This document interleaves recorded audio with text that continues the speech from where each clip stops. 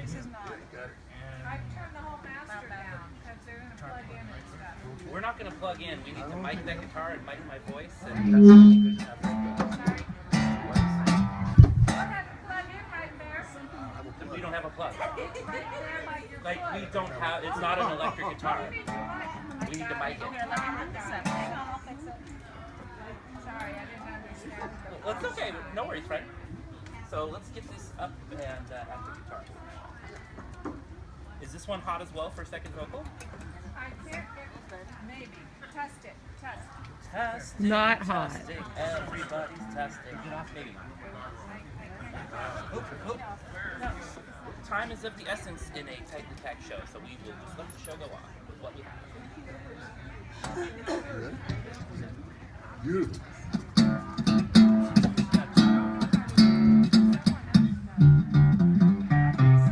Hello, everybody. Hello. You. Hello, everybody. We are the Katmonkeys. Meow.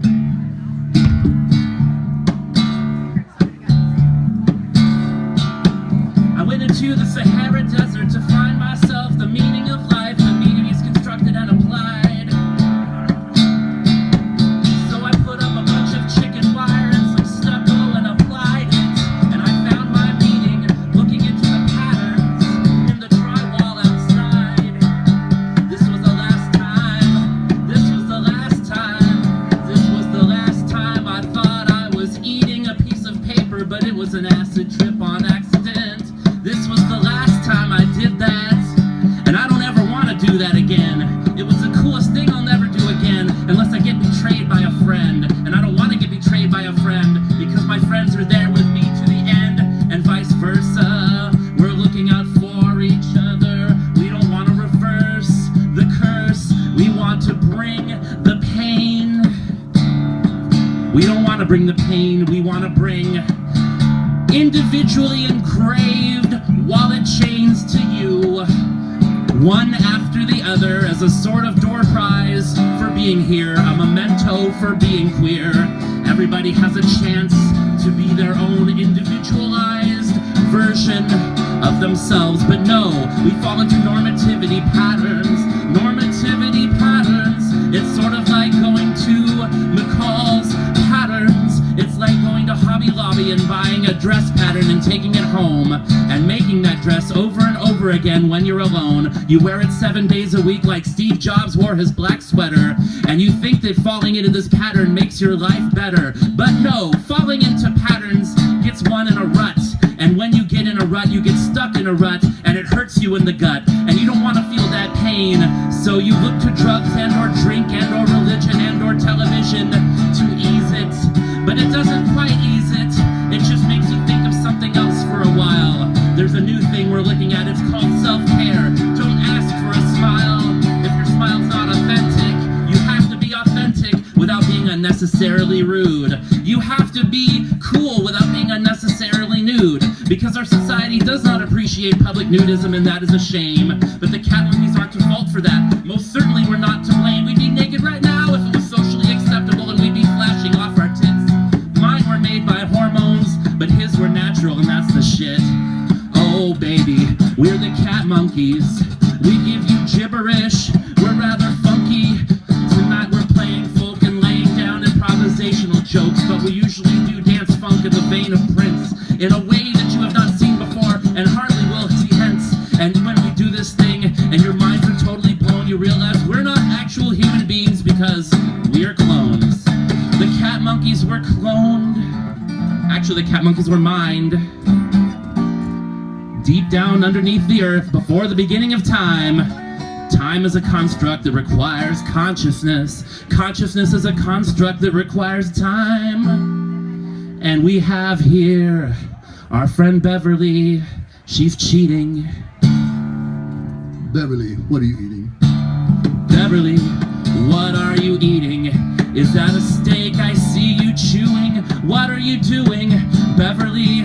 Sometimes we live in a world where people don't want to let us make our own choices. We live in a world where they don't want to let us hear our own voices. Sometimes we leave messages late at night on answering machines, and we're accused of drunk dialing and other such nefarious things. But in the nature of trying to connect to folks and prove that this life isn't a joke, sometimes we break a couple of yolks to make our egg salad sandwiches every day before work, because we pack our own lunches. We're responsible that way. We don't want to go out to Jack in the Box every single day, because when you do, this will happen to you. You will get paunchy, and sometimes your ideas will be a little bit more raunchy than the neighbors will accept, and they'll look at you funny, and they wonder why you're not making as much money and not trying to keep up with them. Their lawns are greener, their cars are faster, they look at you like you're strange, and they say, "Kiss my ass, sir." But they don't say that, they just think it.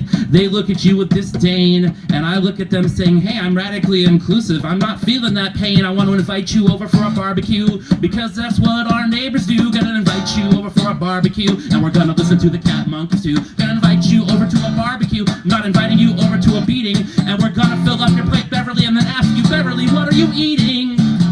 Red plastic spikes growing out of your eyes.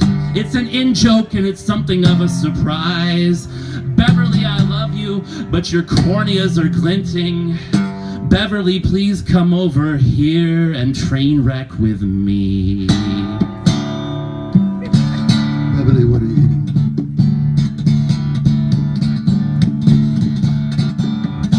Chico doesn't have rivers, Chico has creeks. They're really shallow. I tried to swim the other day, I took a dive off of a bridge and I really hit my head hard. Ever since then I've been talking non-stop in my neighbor's backyard. And they're leaving me there because I'm driving them crazy. They're trying to watch TV and I'm talking over everything except the commercials. And they're like, "Why don't you talk over the commercials?" Because the commercials are the most interesting part of broadcast television. Because they are an actual bellwether of the way the culture is being driven in a mainstream fashion by the forces of advertising that rule us with a passion. But yet there's no intelligence behind it. It's driven by profit. It's a train that's gonna wreck soon and I wanna jump off it. Advertising is making us insane. Advertising is rotting all our brains. It's enforcing cultural norms that are obsolete. I'm really tired of seeing this eyesores on my street.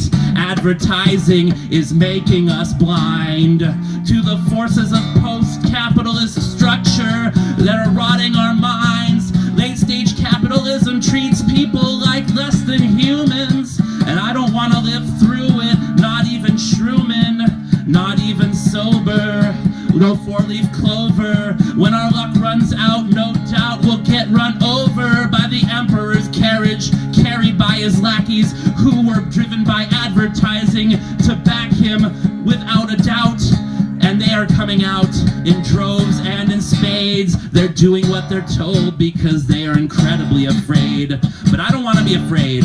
I want to be consciously going into a dark reality, knowing that there is light to be found, there is love to be given. We can train wreck number 2. We can escape this celestial prison because our souls have risen to the challenge of finding a way to love inclusively and live non-abusively, unobtrusively on this planet with which we can be harmoniously, as long as we can compost and not drive our cars every single day.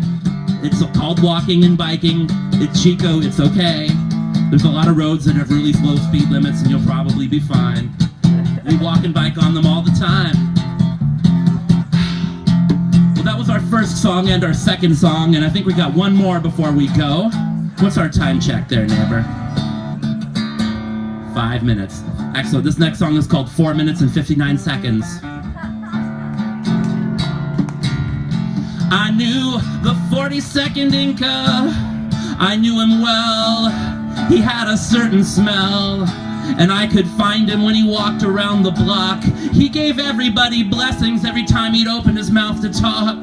But But some folks think that reincarnation is cultural appropriation, and I don't really want to have that argument because I don't think it has much sense. It just leads to frustration, and I understand that every single permutation of existence that we can possibly connect to is an inclusive way that we can get rid of attitude and replace it with platitudes that turn into new attitudes. It's a cycle of replacement and inclusivity. Let me tell you a little bit more about what it means to be radically inclusive. It means that your churches take in the homeless. It means that everybody's fed. Nobody's left outside to be dead. Nobody is blamed for things, even though sometimes maybe people could be blamed for things. But inclusivity looks for solutions. Inclusivity looks for helping folks rather than telling them to pull themselves up by their bootstraps when they're not even wearing boots. How can you pull yourself up by your bootstraps when you're not wearing boots? The answer is ripping off your skin, but that's a little bit too gross to get into, friend. Inclusivity. All right, I preached too much. This next song's about dick.